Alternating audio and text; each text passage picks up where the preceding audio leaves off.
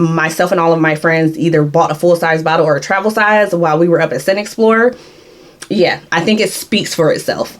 I'm Britt, and welcome back to my channel. Now, this time of the year here in Ohio is what we like to call a fake spring, where you have all these cold ass days and then all of a sudden you're getting these bright sunshiny days with weather like into the 50s, sometimes even up into the 60s, and we're talking like February, March. So I like to call it fake spring. We all like to call it fake spring here. So I figured, you know, we're coming up on that time where the weather is going to be changing a little bit more. We're getting ready to go into spring. So I wanted to talk to you about some spring transitional fragrances, or rather some good fragrances to wear as we transition from winter to spring, or those fake spring fragrances.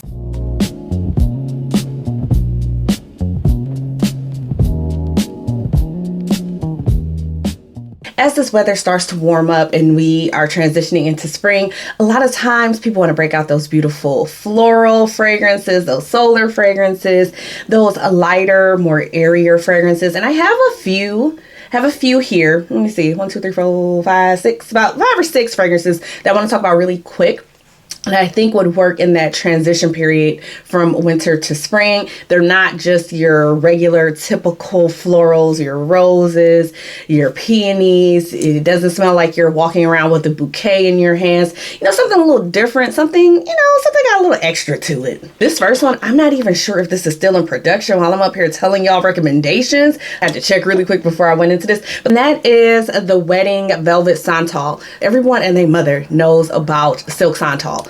Everyone was ranting and raving about it. That is one of the fragrances from Kayali that I really, really love and enjoy. It's up there in one of my top 5. But I feel as though its partner, Velvet Santal, did not get as much love and recognition and hype around it. And I think it is still a very good fragrance. You know what?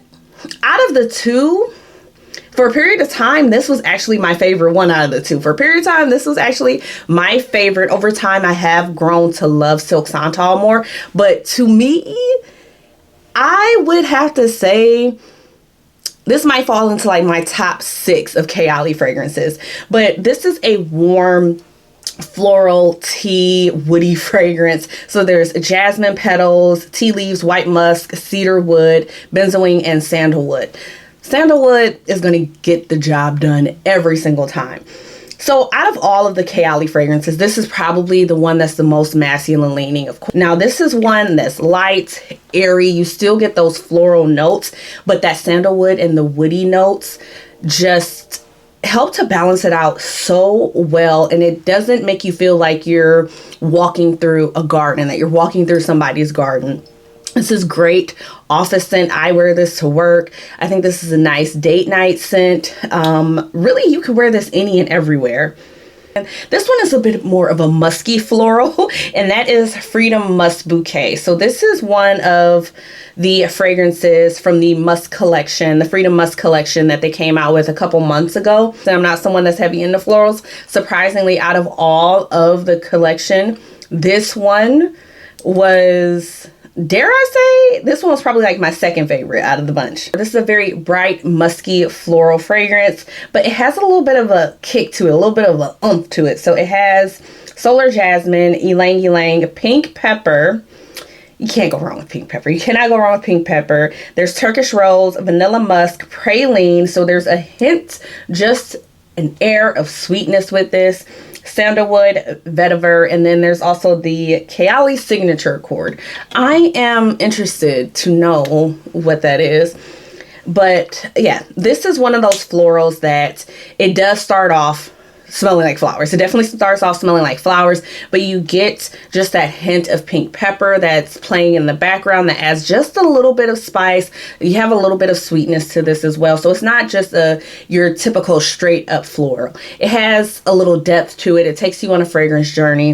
It's not a one note or one accord fragrance where it doesn't change or transition throughout the wear. Very easy to wear, great everyday scent.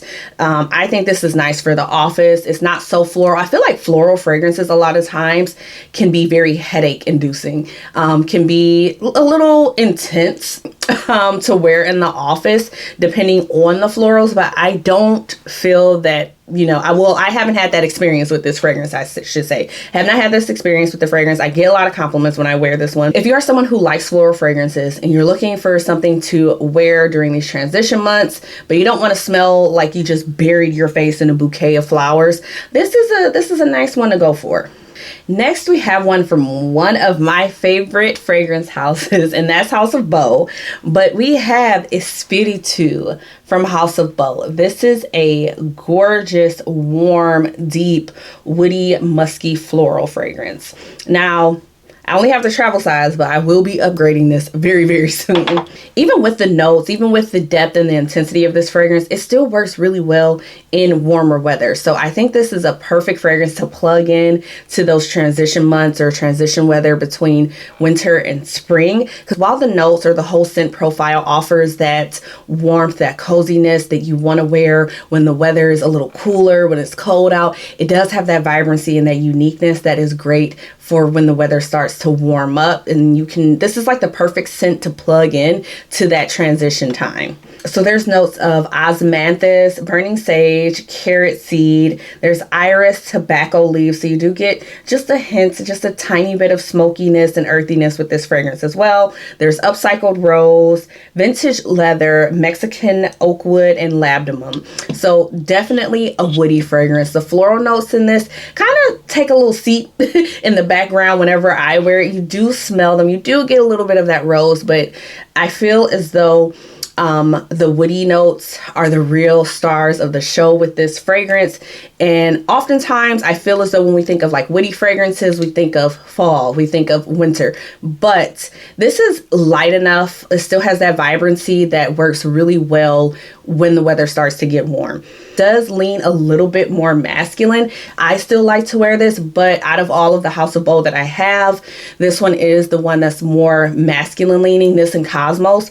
But for the sake and purpose of this video, if you are a guy looking for a fragrance to wear, purchase, break out for these transition months, this would be a good one to go with. This next one is one that I smelled in store back in 2024 when I was up in New York for Scent Explore. And I think myself and all of my friends, we all either bought a full-size bottle of this fragrance or a travel size of this fragrance, and that is Dries Van Noten's Fleur Du Mal. So this is that warm, fruity floral.